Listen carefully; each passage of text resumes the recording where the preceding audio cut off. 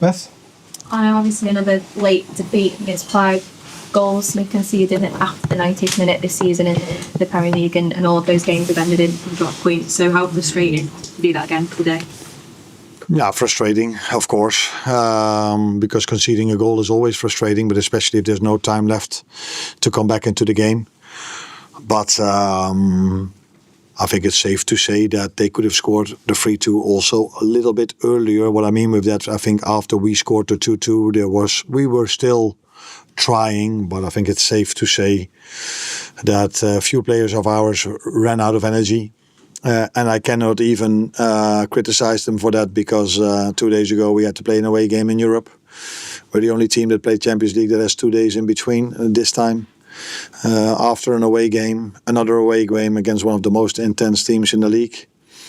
And I mainly, as you probably see, play the same players because of the players we have available. So then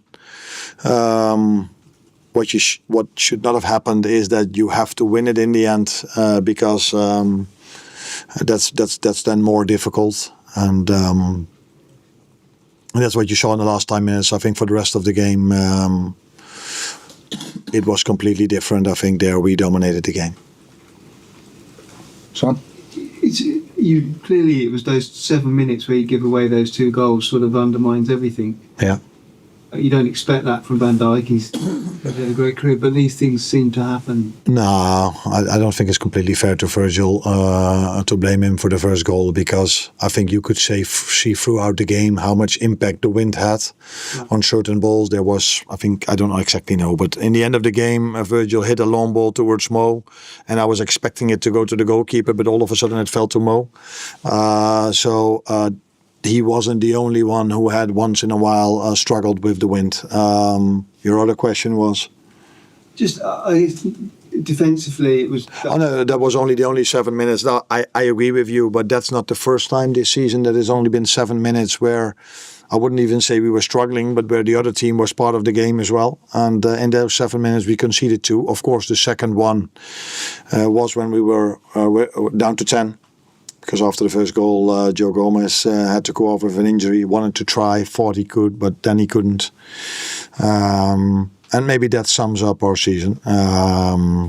It's every time something else. It's every time something special how we concede. But we concede, and the only ones to blame is ourselves. Hi, Arne. You mentioned that the tiredness creeping in. We've seen that in a few matches this season, and form ran a bit more than Liverpool today. Just thinking back a year ago, Liverpool had all their players fit.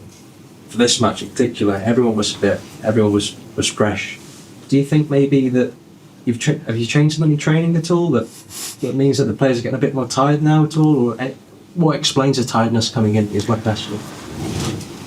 Now, if Bournemouth had to run more than us, that is probably because we had 67% ball possession or something like that. So, but credits to them. That's definitely also one of their strengths. I think they're top in almost every statistic when it comes to running. That's why I think I have to credit my players. If you go 2-0 down, the way we did, and again we showed the mentality and the fitness to come back into the game against one of the fittest teams in the league, and they only have to play once a week, of course, that helps. And that's not an excuse, because a club like Liverpool is used to playing 3 times a week, but we mainly do this with the same players, and maybe last season that was a bit different. Last season we did not have 3 long-term injuries as we have now. As you could see in our lineup, I decided not to play Hugo. That wasn't because I didn't like him or he wasn't good against Marseille. That's simply because I have only one number 9 available for the upcoming weeks and months. He was out 2 weeks ago. I was always so many games to play. You have to manage his minutes, and I think for Jeremy Frimpong it's safe to say the same. In the end, just before I took him off in the first half, he was getting things, and after half time, I think I could see the energy running out of him a little bit as well. So yeah, the end result is that you then play 2 players not in their favorite position with Ouattara and Dom. By the way, they did well, but it's the reality of this moment. the goal that was conceded when there were 10 men on the pitch. There were 10 men on the pitch for Liverpool for quite a while. Yeah. And nobody put the ball out of play. Was that something that frustrated you? Or is that just one of those stones for you? No, I tried to scream towards them to put the ball out of play, but actually we were quite comfortable. I think we kept the ball for quite a long time. And then when we lost it, it was the opposite. Bournemouth kept it, which is a bit easier maybe if you play against them.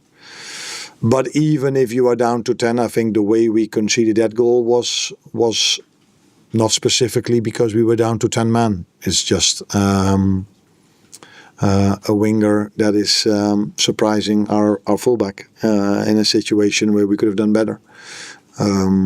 But of course, maybe when we were 11, the player that had the assist couldn't have gone as far as he could now. So yeah. Johnny? Arne, what's the injury to Joe Gomez, and is there any chance of bringing in a defender to reinforce you because you're so short now? Now? Are we now short? You've been short. That's your opinion, huh? Joe got a knock from Ali. His knee went into, I think, somewhere over here. I think it was bone on bone. So yeah, you could see he was just not able to continue. And Ali had quite some fluid in his knee. Is that the way you say it? Swelling in his knee. So